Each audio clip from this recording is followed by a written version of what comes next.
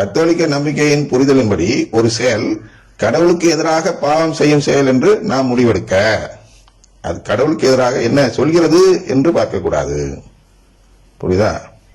அது என்ன செய்கிறது கடவுளுக்கு எதிராக, அதை பார்க்க வேண்டும்.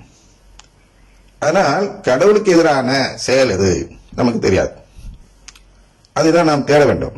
கடவுளுக்கு எதிரான செயல் எதுன்னு அது பேசிய 5வது அதிகாரம் தான் நான் பார்த்து கொண்டு இருக்கிறோம். அதுல என்ன எடுக்கிறோம்? கடவுளுக்கு எதிரானது எது அதை கண்டறிய வேண்டும், அதை குற்றவனை எடுத்து காட்ட வேண்டும். அது எங்க வருதுன்னா, பயனற்ற இருளின் செயல் கடவுளுக்கு எதிரானது அப்படின்னு கண்டுபிடிங்க அப்படின்னு சொல்றார் பவுலடியார் எபேசியர் 5 இந்த 14வது வசனம் ஆச்சம் இல்லையா அந்த இடத்துல.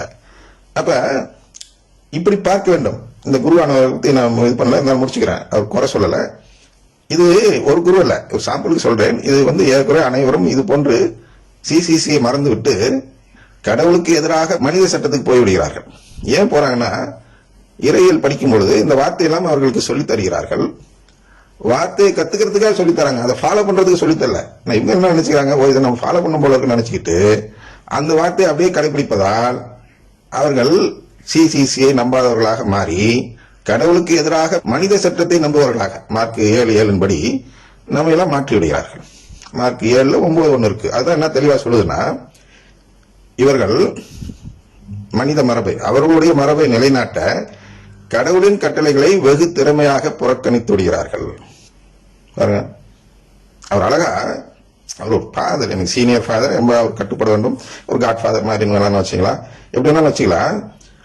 அவர் எனக்கு ஒரு அட்வைஸ் பண்றது எப்படி மாறிவிடுகிறது என்றால், என்னையும் கடவுளுக்கு எதிராக மனித சட்டத்தை நம்புவோம், அதான் மனித சட்டத்தை கோட்பாடாக மாற்றுகிறவனாக என்னை மாற்ற பார்க்கிறார்.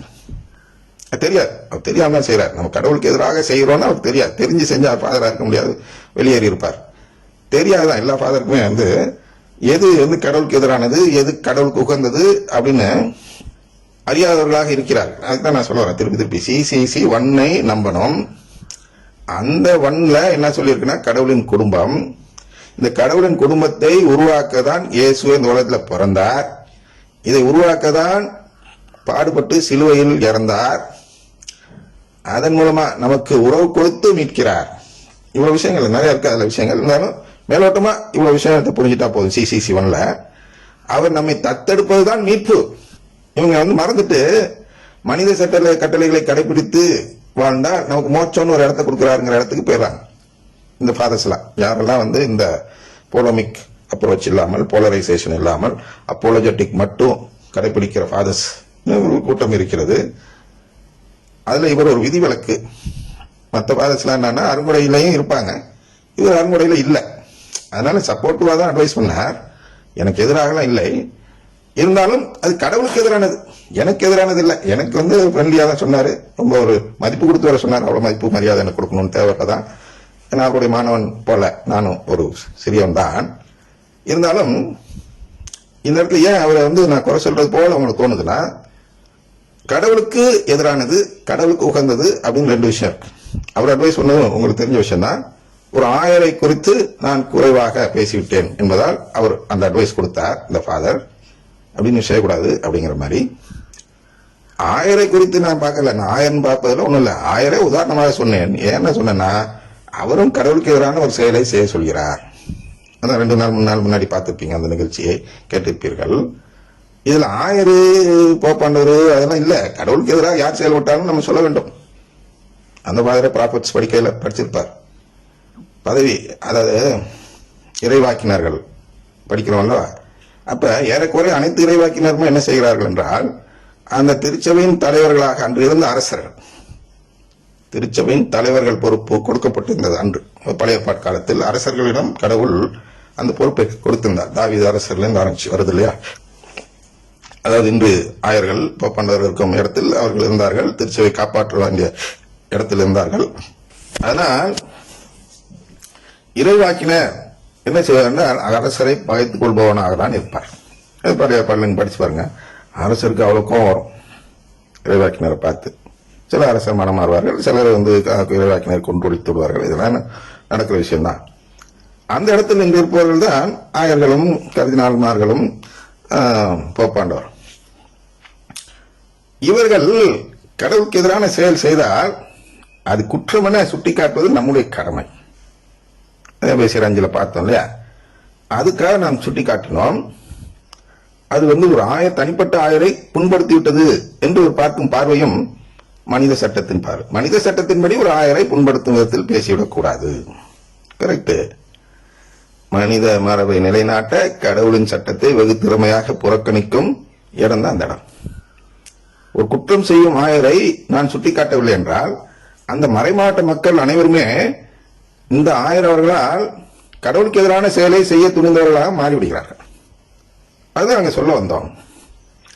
அதுக்கு என்னையும் போலரைஸ் செய்கிறார் இந்த குருவானவர். என்ன போலரைசேஷன் அப்படின்னா, 2 போல்ஸ். இப்பதான் நான் வாச்சேன் அல்லவா, சொல்லி கொடுத்து சொன்னேன் அல்லவா. என்ன சொன்னேன்? மனித மரபு, கடவுளின் சட்டம்.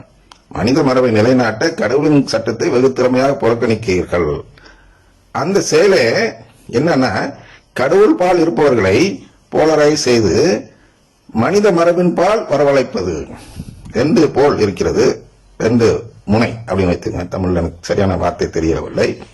அப்ப இருமுனை. ஒரு முனை என்பது கடவுளின் சட்டம், மறுமுனை என்பது மனித மரபு. அப்ப என்ன மனித மரபடி நீ செயல்படணும் என்று இந்த குருவானவர் அழைக்கிறார். நான் எப்படி செயல்படுறேன் நீங்களே சொல்லுங்க. நான் மனித மரபை தேர்ந்தெடுப்பதா, கடவுள் சட்டத்தை தேர்ந்தெடுப்பதா? அவர் வேண்டுமானால் மனித மரபை தேர்ந்தெடுத்து கடவுள் சட்டத்தை புறக்கணித்து விடலாம். இந்த ஆயர் அவர்களும் அதை செய்யலாம். ஆனா நான் செய்ய முடியாது அல்லவா? ஏனென்றால் இந்த நிகழ்ச்சி எதற்காக கொடுக்கப்படுகிறது என்றால், அனைவரையும் கடவுளின் சட்டம் என்ற அந்த முனை, கடவுள் பால் இருப்பதுன்னா எல்லாருமே கடவுள் பிள்ளைங்க தான். 2 முனையில இருப்பவங்க கடவுளை நேசிப்பவர்கள் தான். நல்லா புரிஞ்சுங்க. நாங்க ஒன்னும் இப்ப மனித மரபை நேசிக்கிறவனா கடவுளை நேசிக்கிற அப்படின்னு சொல்லல. இருமுனையுமே, இருமுனை என்ன, அனைத்து மதமுமே கடவுளை நேசிக்கும் மதம் தான். கடவுள் இல்லைன்னு சொல்றவங்க கூட கடவுளை நேசிக்கிறான். நேசிப்பதால் கோபித்துக் கொண்டுதான் கடவுள் இல்லை என்று சொல்கிறான். இது கடவுள் உள்ள கஷ்டப்படுத்துறாருல, அதனால நான் கடவுள் இல்லைன்னு சொல்லுவேன் அப்படிங்கிற அந்த உரிமையில தான் அவன் கடவுள் இல்லைன்னு சொல்றான். கடவுள் கோச்சிக்க மாட்டார் என்று அவன் நம்புகிறான். ஆனால் கடவுளை நேசிக்கிறான். அந்த நேசம் நமக்கு மீட்புக்கு உதவாது. அதான் பார்க்கணும். என்னன்னா, கடவுளின் சட்டம் என்று ஒரு முனை. கடவுள் சட்டம் என்ன? அதான் CC1 என்ன சொல்கிறது? அனைவரும் கடவுள் குடும்பத்தில் சேர வேண்டும். இதுதான் ஒரே சட்டம். கடவுள் கொடுக்கும் ஒரே கட்டளை என்று சொல்வார். அப்படின்னா அனைத்திற்கும் மேலாக முழு உள்ளத்தோடும் முழு ஆற்றலோடும் முழு கடவுளை நேசிக்க வேண்டும். முழு வேற இடத்துக்கு இடம் கொடுக்காமல் கடவுளை மட்டும் என்பதுதான் அங்க முழு என்பது என்ற பொருள், வார்த்தைக்கு பொருள். அதான் ஒரே சட்டம். அந்த முழு அப்படின்னு வரும்போது அந்த கடவுளின் குடும்பத்தில் சேர்வது. அதுல முழு அப்படின்னு வரும்பொழுது போலரைசேஷன், போலமிக் அப்ரோச், இது மாதிரி சமாச்சாரம்லாம் அடிபட்டு போய்விடுகிறது. இதை மோச இடத்துலயும் நடந்தது. அவர் போலரைஸ் பண்ணாரு, ஒரு படி மேலதான் போனாரு. செய்தது தப்புதான். ஆனால் அது அவருடைய மீட்பை பாதிக்கவில்லை. 10,000 பேரை கொலை செய்கிறார். தப்புதான், தப்பு இல்லைன்னு கடவுள் சொல்லல. உன்னுடைய கடமை அதனால மாறவில்லை. மோசனிடம் சொல்கிறார், நீ தொடர்ந்து வேலை செய்யணும். நீ கொலை செஞ்சதுனால உன்னை மாத்திட்டேன் அப்படின்னு நான் முடிவெடுக்க மாட்டேன். அது போலதான் இந்த குருவானவர்கள், ஆயர்கள் எல்லாம் இவங்க எதிர்த்து போலரைஸ் பண்றார்கள்.